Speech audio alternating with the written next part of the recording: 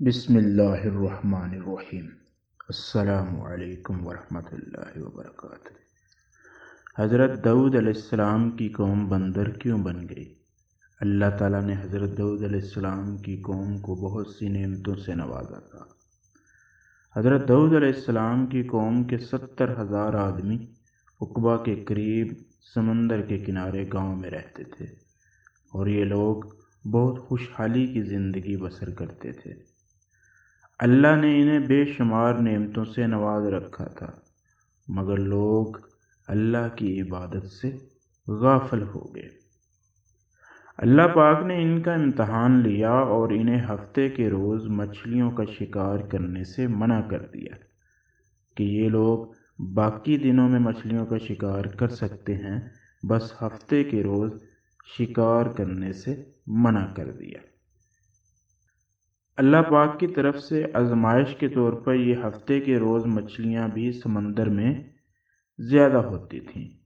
شیطان نے ان لوگوں میں سے کچھ کو بہکایا اور ان لوگوں کو یہ حیلہ بہانہ سکھایا، اور ان لوگوں نے سمندر سے کچھ نالیاں نکال دیں۔ ہفتے کے دن مچھلیاں جب زیادہ ہوتی تو وہ نالیاں بھر جاتی، اور پھر یہ لوگ اتوار کے دن وہ زیادہ مچھلیاں نکال کر کھاتے۔ ان لوگوں میں کچھ اللہ والے بھی تھے، انہوں نے انہیں ایسا کرنے سے منع کیا کہ تم لوگ اللہ کی نافرمانی کر رہے ہو، اللہ کے عذاب سے ڈرو۔ اور اس پر ان لوگوں نے کہا کہ ہم کوئی غلط کام نہیں کر رہے۔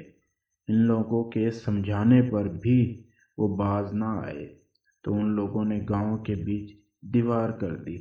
اللہ کی نافرمانی کرنے والے ایک طرف ہو گئے اور باقی دوسری طرف۔ جب صبح دیوار کی دوسری جانب سے عجیب سی آوازیں سنائی دیں تو لوگوں نے دیوار کی دوسری جانب دیکھا تو وہ لوگ بندر بن گئے تھے۔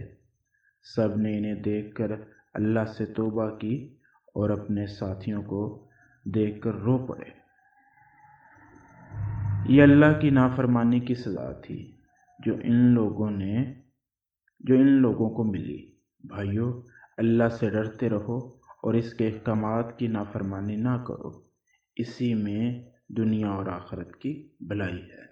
شکریہ۔